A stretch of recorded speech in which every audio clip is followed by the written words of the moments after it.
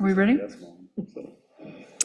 Okay, it is 7 o'clock, so we'll go ahead and get started. We'll call the Johnston City Council meeting number 26-15 to order. Cindy, roll call, please. Councilmember Cope. Here. Evans. Here. Martin. Here. Ready. Here. Burkhart. Here. I want to welcome everyone that is in the audience this evening. If you're here for an item that is on the agenda, we would ask for you to wait for that item to come up and to address the council at that time. If you are here for an item that is not on the agenda, we'll have an opportunity for you to speak to the council under public communications, which will be coming up here just shortly. The next item on the agenda is the Pledge of Allegiance. And Matt Stoffel, do you want to lead us in the Pledge of Allegiance? To the flag of the United States of America and to the republic for which it stands, one nation, under God, indivisible, with liberty and justice for all. Thank you very much. That's about like catching somebody with food in their mouth. Thank you. The next item on the agenda is the agenda approval. Mike, any changes to the agenda? No changes this evening, Mayor. Council, any changes to the agenda? Seeing none, do we have a motion to approve the agenda? So moved. Second. We have a motion and a second. Discussion. Cindy, vote please. Councilmember Evans. Yes. Martin. Yes. Ready. Yes. Burkhart. Yes. Cope. Yes. Motion passed. Next item on the agenda is public communications. We don't have any scheduled public communications this evening. Do we have anyone in the audience that would like to address the council on an item that is not on the agenda? You want to come forward and state your name and address?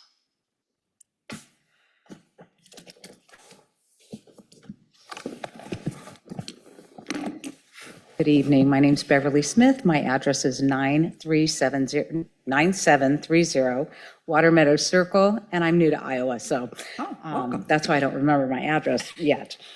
Anyways, Council, I thank you for the opportunity to speak here tonight. I'm a resident of the Crosshaven HOA in Johnston and have recently been made aware of some failing water storm retention ponds.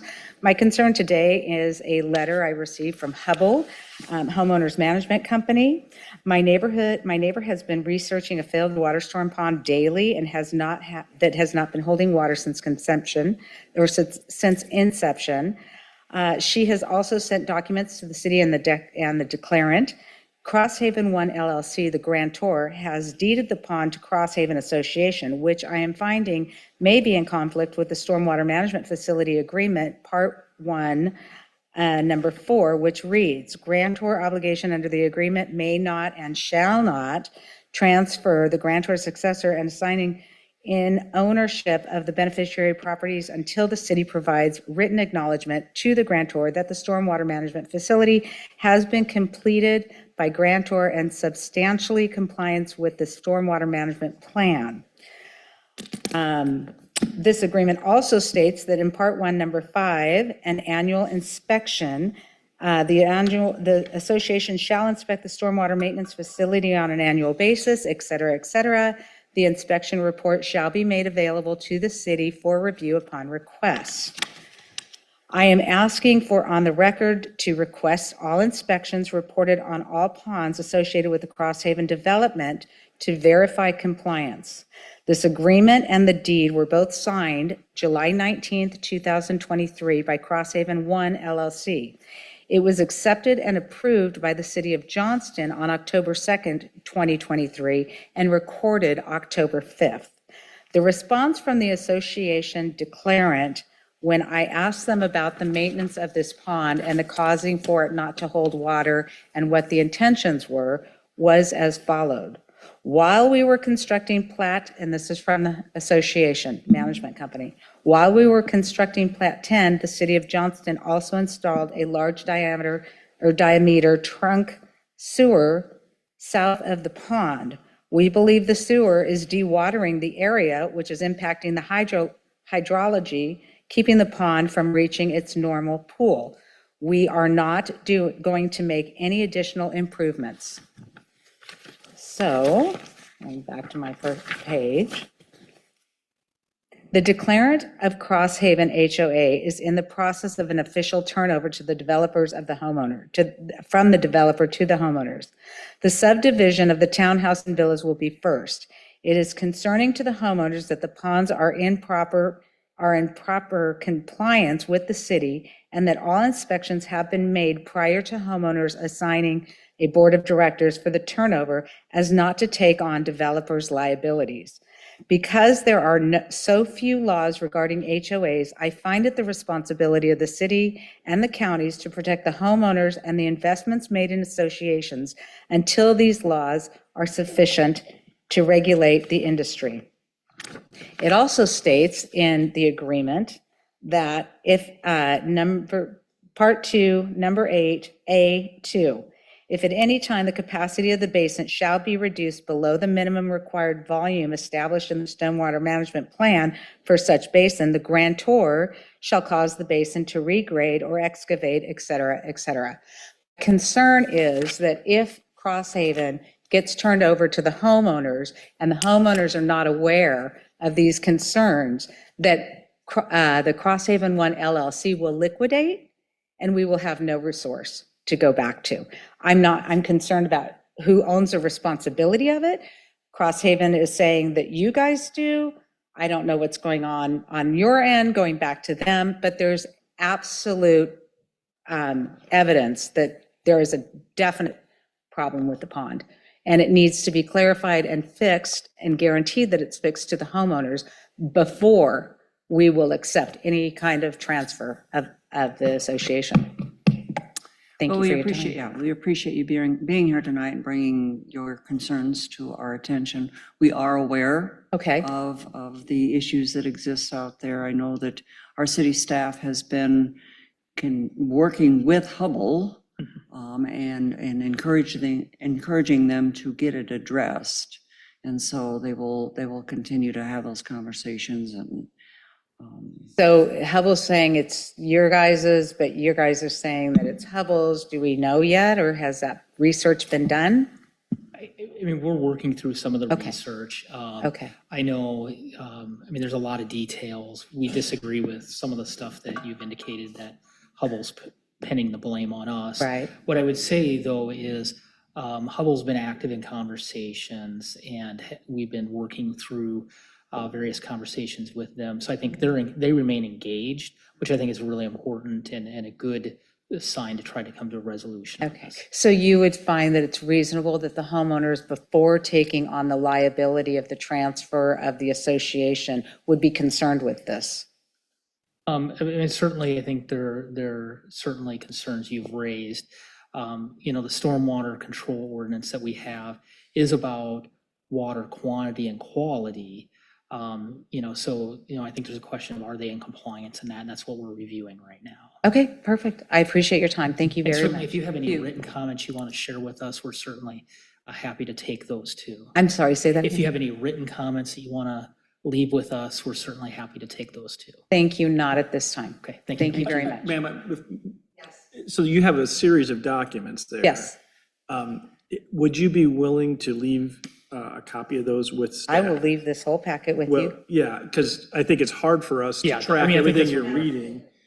Because there's some things in there that I was not aware of, and it was inconsistent with my understanding of who was saying. So I was troubled certainly by at least one of those documents. Yeah, it's highlighted, it's rough, it's really rough, but if you require any more documentation that was gotten out of, I'll be more than happy to. But at least us being able to, Cindy can get us copies because like I said, there was one of the, I'll be interested in having an opportunity to review those fully as well to get a sense of those. So. Perfect. Do you need any contact information I don't other than need my any. address? Okay, Yes, if you could put your email address on that. I will that would be absolutely great. be happy to. Thanks for asking for that.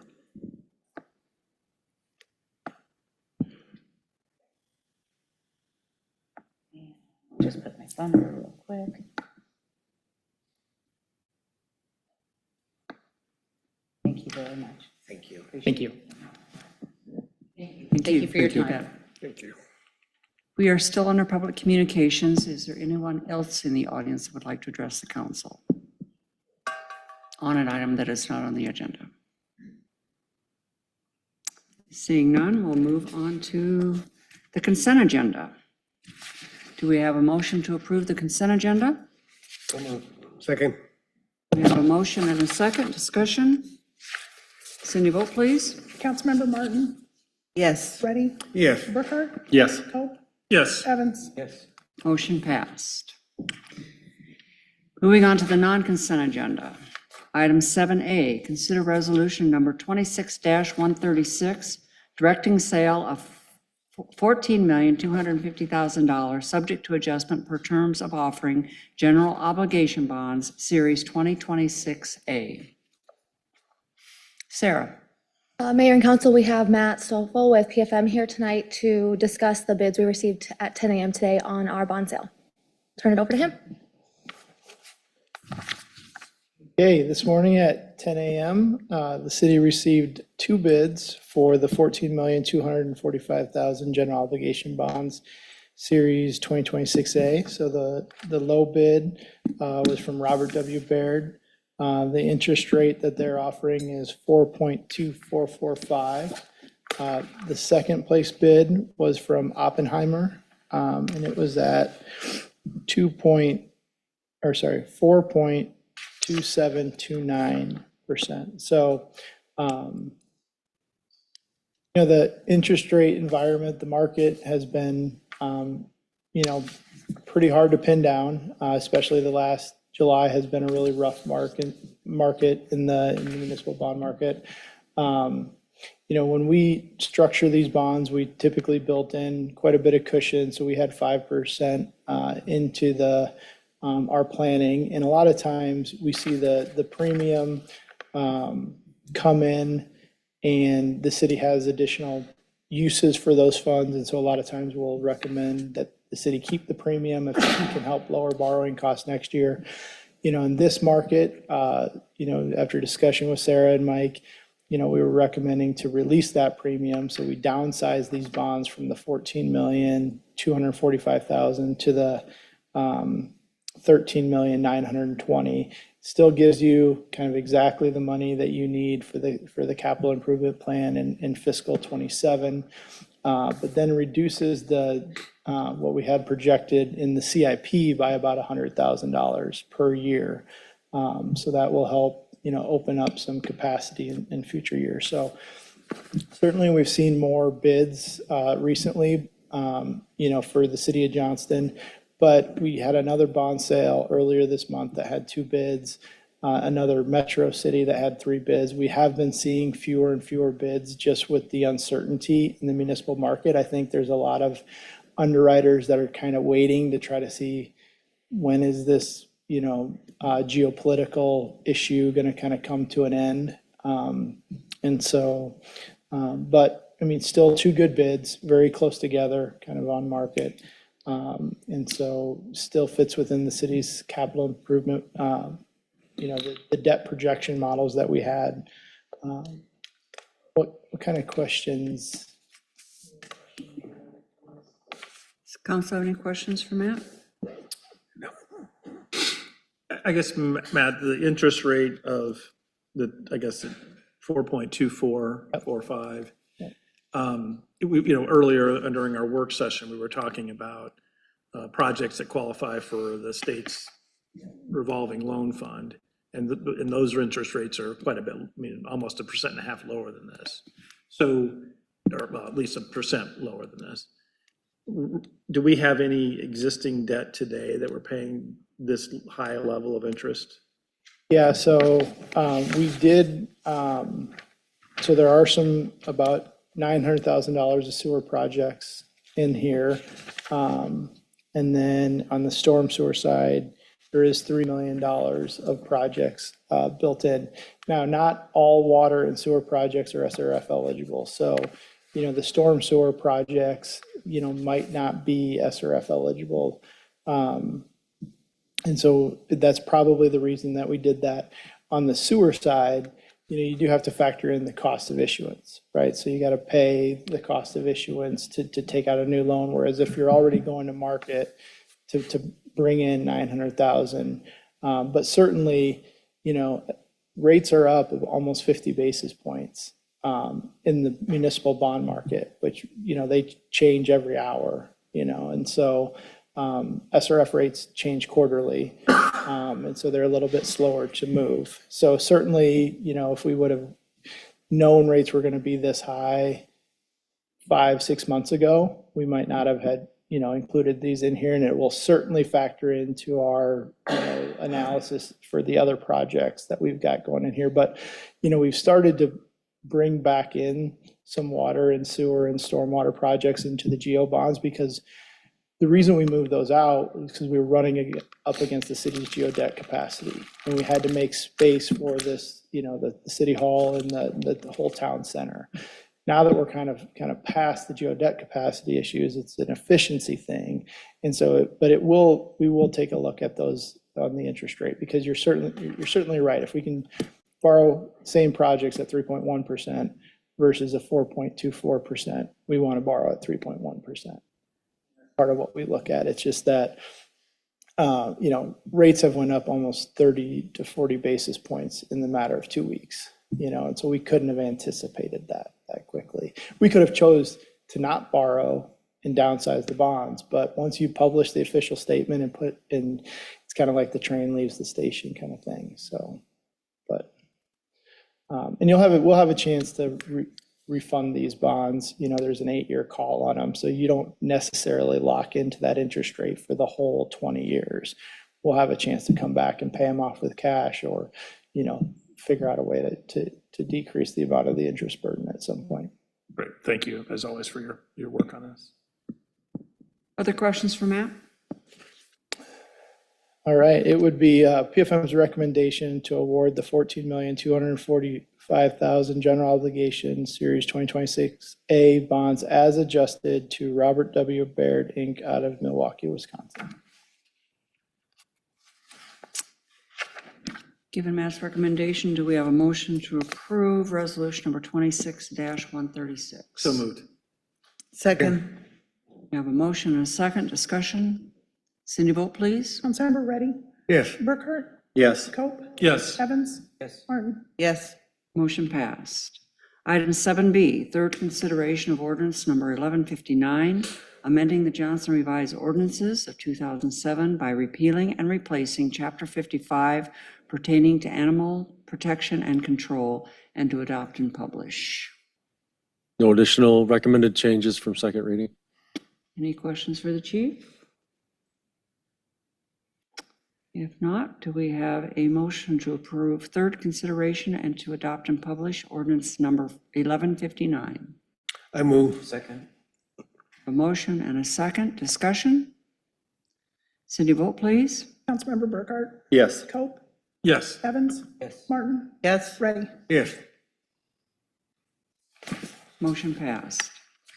Item 7C, third consideration of ordinance number 1160, amending the Johnston revised ordinances of 2007, Chapter 41, Sections 41.09 and 41.14, pertaining to the authorized use of weapons and trapping for coyote control within the city of Johnston, and to adopt and publish. No recommended changes from second reading. Council have any questions for the chief? If not, do we have a motion to approve third consideration of ordinance number 1160 and to adopt and publish? So moved. Second. A motion and a second. Discussion? Cindy, vote please. Councilmember Cope, Yes. Evans, Yes. Martin, Yes. Reddy, Yes. Burkhart. Yes. Motion passed. Item 7D, second consideration of ordinance number 1162, amending the Johnston revised ordinances of 2007 by amending the official zoning map to rezone 12 acres from C3 Regional Commercial District to C3 Regional Commercial District with restrictions. Been no changes and no additional public comments since first reading. Questions for David?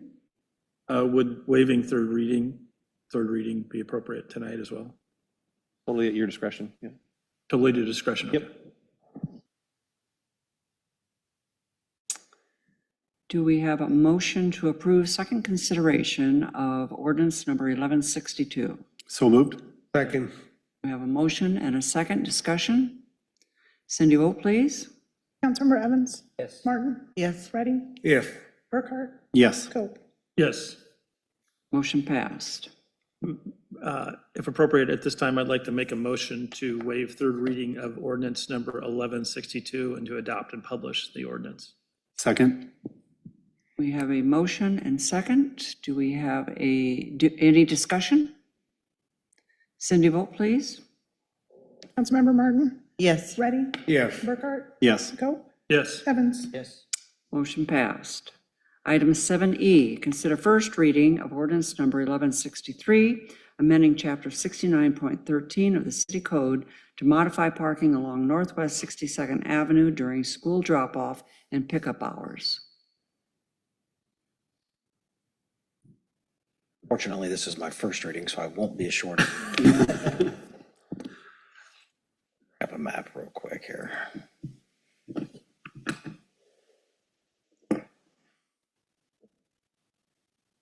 Okay. Ordinance 1163 modifies the current no parking ordinance section 6913. This section only pertains to the on-street parking on the south side of 62nd Avenue, east of Merle Hay Road only. So what the map shows here is the section that's right in front of Lawson Elementary School.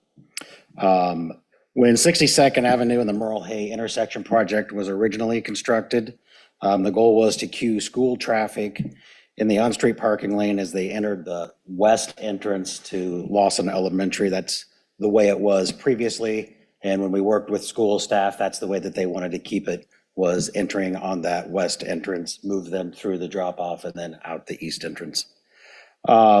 Several things has changed since that project. We went through COVID and bus ridership decreased and parent drop-off and pickup traffic increased, which caused traffic to back out onto Merle Hay Road.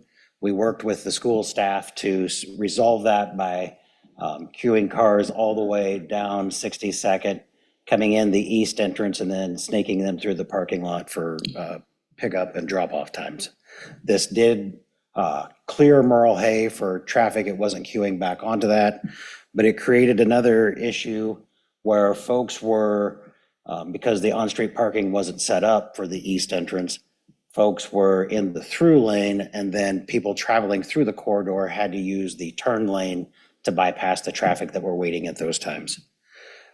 So with the new construction of 62nd east of Lawson, we looked at ways to improve safety and traffic flow through the area during our design phase. We also brought the school district in, worked with them, and had a discussion on the modification to that on-street parking.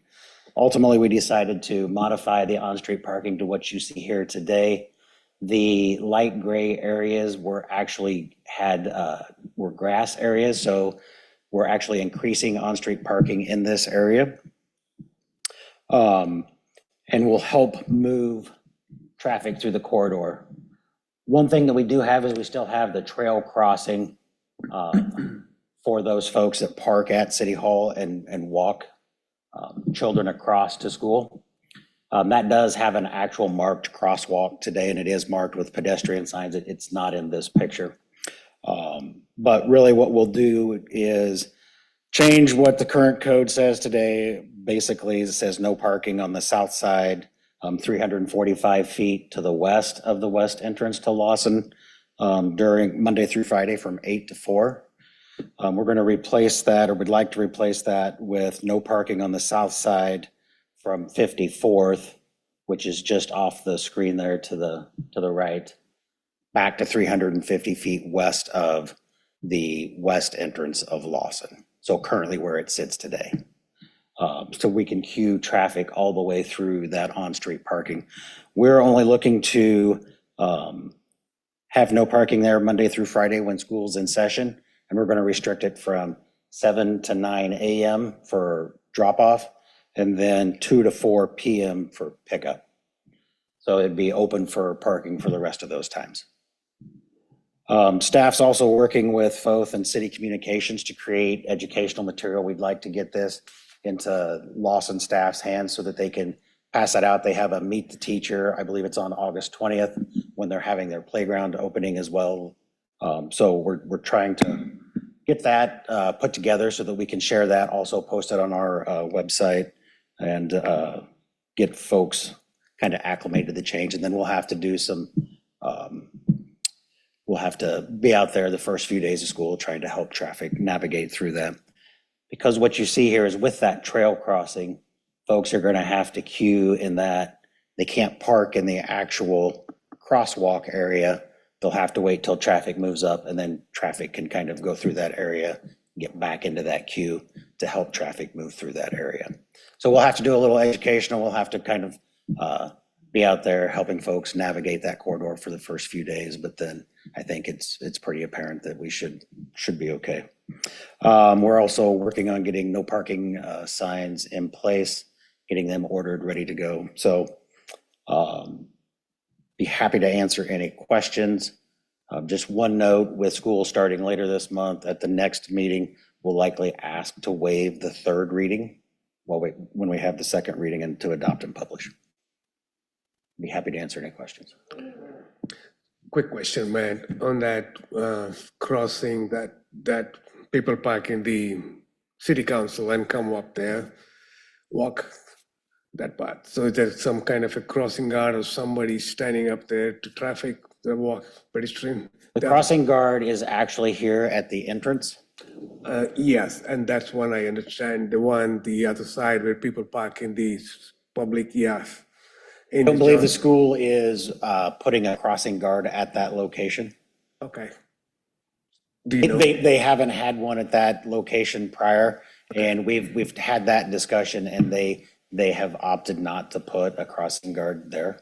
Okay, so that gives me pause for concern when people are trying the car parks up on that part, when they have to cross over to that path.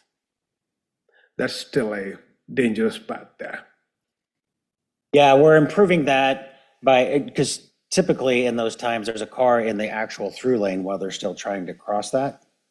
So this will help improve that by getting the pedestrians to the edge of the roadway with no cars so that they can see what's coming versus actually having a car in this lane and not being able to see a car coming through that turn lane at them. Okay. We'll have to monitor this situation also. Yes, I was going to say that. We need to have a little more run on this to see how it works. And then We've also talked about taking away the stop condition, the stop sign at this location. And maybe if we do that, we could put a rectangular flashing beacon. We have a little bit of concern of if we take away the stop sign here, getting traffic moved in and out of the parking lot. But that'll be something that we have to monitor. Okay. Councilman Burkhart? Stripe what? The road for a crosswalk? The road is striped for a crosswalk today, and it does have signage. It's not in this picture, but I did go out to Google Earth to verify that, and it's signed and striped for a crosswalk currently. That was one of the things we did originally when they started using this pretty heavily for school traffic. We did go out and sign it and put a crosswalk there to draw attention to it. Burkhart? Matt, thank you for all your work on this. Can you kind of guide with your mouse or your cursor what the traffic flow is then ideally for someone entering at that east end and how they make their way through the school drop off and then leave? Yeah, so the red line is the traffic that'll queue through here. They'll enter the east entrance. You can see the arrows that are painted here in the parking lot. They come around here. They pull up here and drop off. This is your drop off zone here for the kids. I think they actually even utilize all the way up to here. And then they exit out of the east entrance the same way that they entered. And so the expectation is no exit from that west side of the parking lot. Correct. They currently cone that off in the morning and in the evening. They'll put cones across that. We are disconnecting their middle drive. That will not go back. So they'll have two entrances to one on the east and one on the west side, but they cone this off during those times and direct all traffic in and out at this location. Matt, on your drawing there, you got the lighter gray and then there's in the mid, right there. So why is that not all light gray in there? Because that's currently already on-street parking. So on-street parking will be allowed to stay there or? Correct. Okay, so there will be part of this that you'll have on-street parking. This will all be on-street parking. This was previously grass through here because, well, we had the middle entrance, so this grass just extended to this middle entrance, and then we had to basically, there was a taper to get to this on-street parking and then this entrance. We took this entrance away to extend the on-street parking to queue cars in there. They'll have to keep the trail crossing, and then we basically took away the grass through this area to extend on-street parking. So we're increasing the on-street parking in the area. This will all be striped for on-street parking. Okay. And then you mentioned the kind of 7 to 9 and 2 to 4. So what happens on those days, like teacher conference days when they have an early out? Will there be enough flexibility in the ordinance to allow for those days when there's an early pickup? We'll have to take a look at that. There's really not flexibility in the code for that. I think currently right now, it only says 7 to 9 a.m. and 2 to 4. It's really dedicated to those times. As it's currently drafted? Currently drafted. Yeah. I guess what I would suggest is maybe to take a look at potentially for the second reading, or maybe even revisit with the school district if that makes sense. It doesn't make some sense to have some flexibility in there so that if there's those days, and obviously it's not like in the old days where they used to do early dismissal on Wednesdays. They've gone away from that. But when you do have an early dismissal day, those hours are not quite exactly that. Yeah, if you have, even a snow day where you have early dismissal. Right. And so I just some sort, if there's an ability to build some language into the ordinance that gives you some flexibility, I think that would make some sense. And I don't think that, but you may have like 2 hours late, right? 2 hour delayed start. So then you're outside that 7 to 9. So I just think you might want to consider having some language that allows you to, from an enforcement standpoint, that type of thing. So take a look at that. And Matt, in that same vein, is that year-round as it's written, or is there someplace else that talks about, I don't want to clutter it up or have to be changing our ordinance as school days or school years change, but as I read that, I see it as year-round. Am I mistaking that? Let me bring up the ordinance here real quick. It's actually Monday through Friday when school's in session, so only during the school year. Okay. So you can see here it says Monday through Friday when school's in session. So it's really only during the school year, not off times. All right. Any other questions for Matt?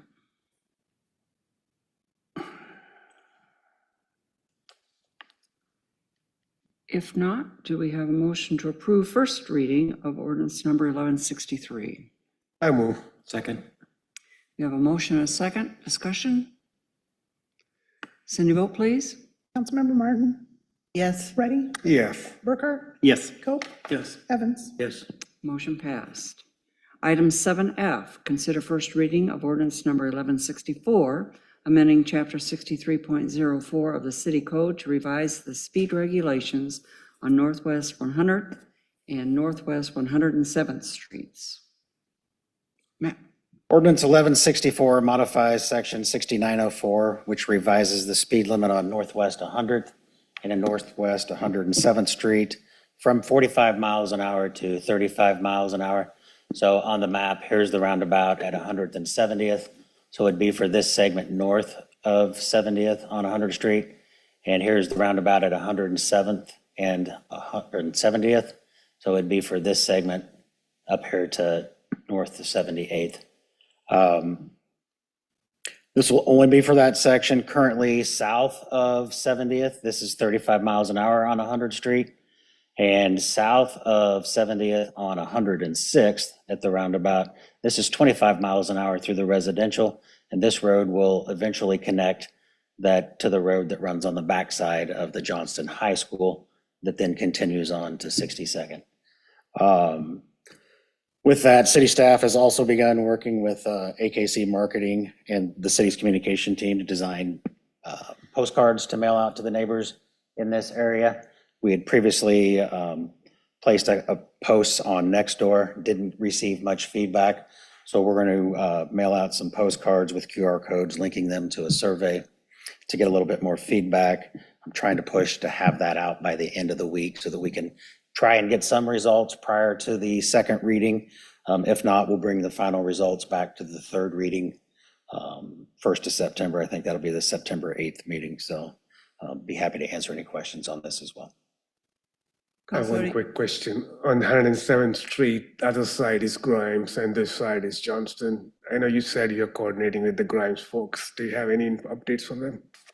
Don't have any updates, but in talking with their public works director, they're willing to change the speed limit on this route as well. They've also been communicated with. Remember at the last meeting, we talked about this neighborhood as well as this neighborhood, which is 74th and 75th Street. They've asked for pedestrian connections across to the trail here. So they're also in those conversations on those connections to their trail as well. So they've identified they're willing to work with us and lower that speed limit. Okay, yeah. Did notify them of our discussion last time about lowering that speed limit, so they are. Yeah, I think the timing should match, both of your timing should match. All right, thank you. Just a quick update, we did have a resident reach out to us from 107th that had requested lowering the speed limit last year. So our discussion at the last council was timely because we were able to talk about lowering the speed limit at this council meeting, but wouldn't really happen until about mid-September once we got through all. If that's the direction we continue. Any further questions for Matt? If not, do we have a motion to approve first reading of ordinance number 1164? So moved. Second. We have a motion and a second. Discussion? Cindy, vote please. Councilmember Reddy, Yes. Burkhart, No. Cope, Yes. Evans, Yes. Martin. Yes. Motion passed. Item 7G, consider approval of claims in the amount of $1,784,052.99. Move approval. Second. We have a motion and a second. Discussion? Cindy, vote please. Councilmember Burkhart, Yes. Cope, Yes. Evans, Yes. Martin, Yes. Reddy. Yes. Motion passed. Moving on to city administrator staff comments. Mike? I don't have any updates, but I believe there's some staff updates tonight, Okay, or maybe not. don't all rush to the podium. I think you called that one wrong. Very good. Well, then we'll move on to city council comments. Councilman Evans. I have nothing. I'll pass things. Councilman Cole.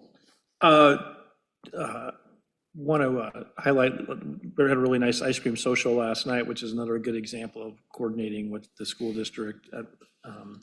We had a great meeting our last council meeting with the school board as well. So I think any of those opportunities we have to coordinate with the school district, I think are really nice. It was really a great opportunity. There was several school staff and folks that were there participating as well. So I just wanted to appreciate the work to do that and work in coordination because I think it's really positive. So just wanted to pass that on.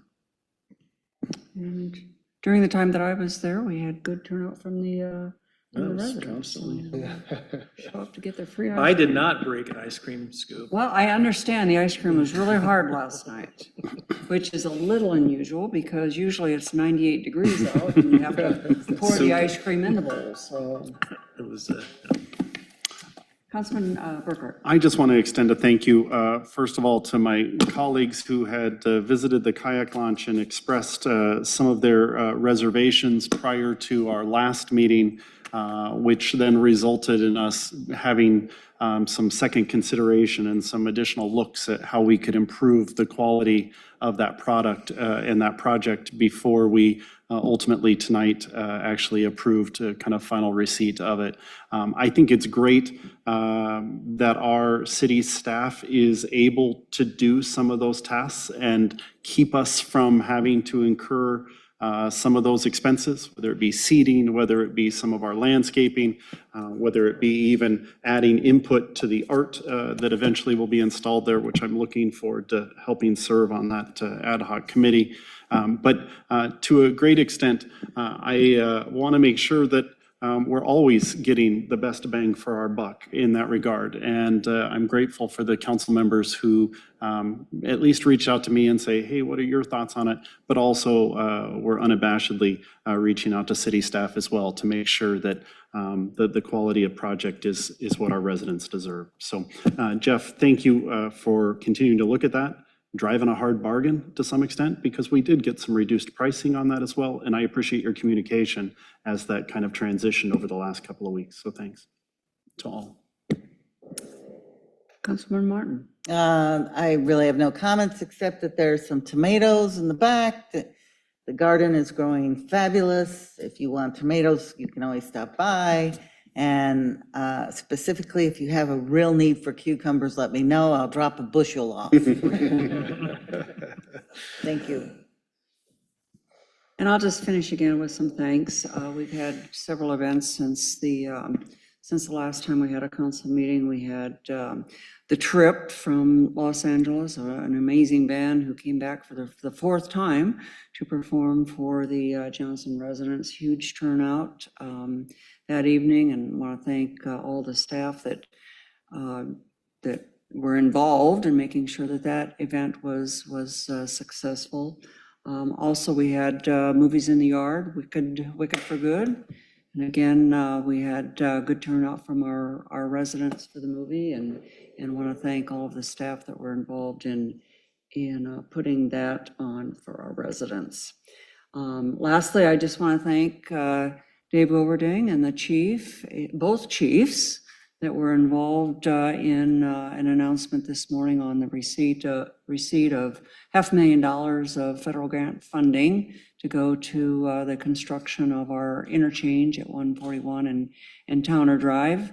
We also had Elizabeth Van Gundy from the Chamber, as well as Representative Eddie Andrews at that announcement as well. So I want to thank you, David, and the chiefs for the great preparation and presentation during that announcement as well. I thought that went very well. So thank you very much.